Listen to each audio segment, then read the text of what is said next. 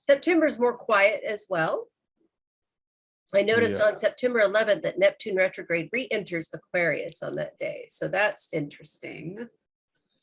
And then this new moon chart, 8 degrees of Virgo, Uttara Falguni at 5:55 p.m. for EST. Yeah. And that puts everything down here in Virgo with Mercury retrograde. Yeah. And Neptune retrograde on the ascendant for DC, which puts it, is all this stuff in the 8th house. This indicates scandals. This indicates scandals, 8th house. So,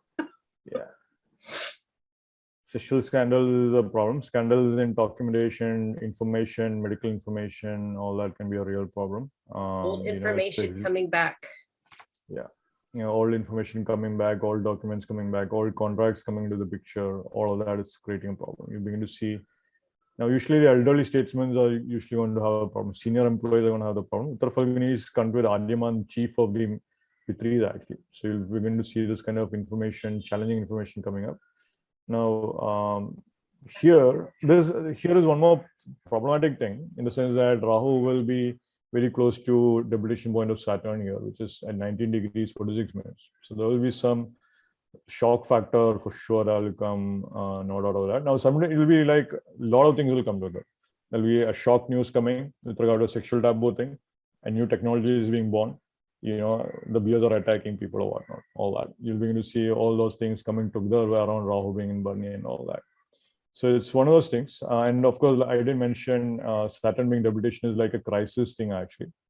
So in fact, the next eclipse in October, November will be more challenging. But for sure, this is an excellent time to review all your health thing though. Make sure your health thing are in good order.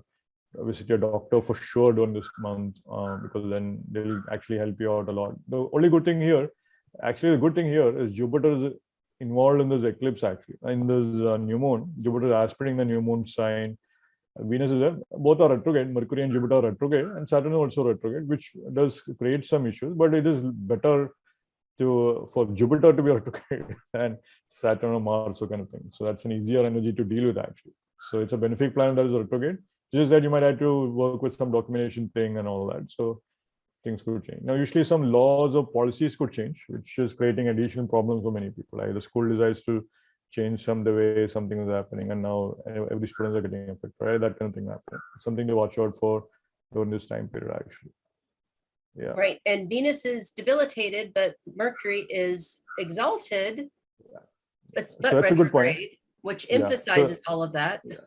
That's a good point. Actually, because Nichbanga is happening. So Nichbanga is like debilitation is happening, but cancellation is also happening. But it's very important to remember, first the debilitation should happen, and then the cancellation will play out.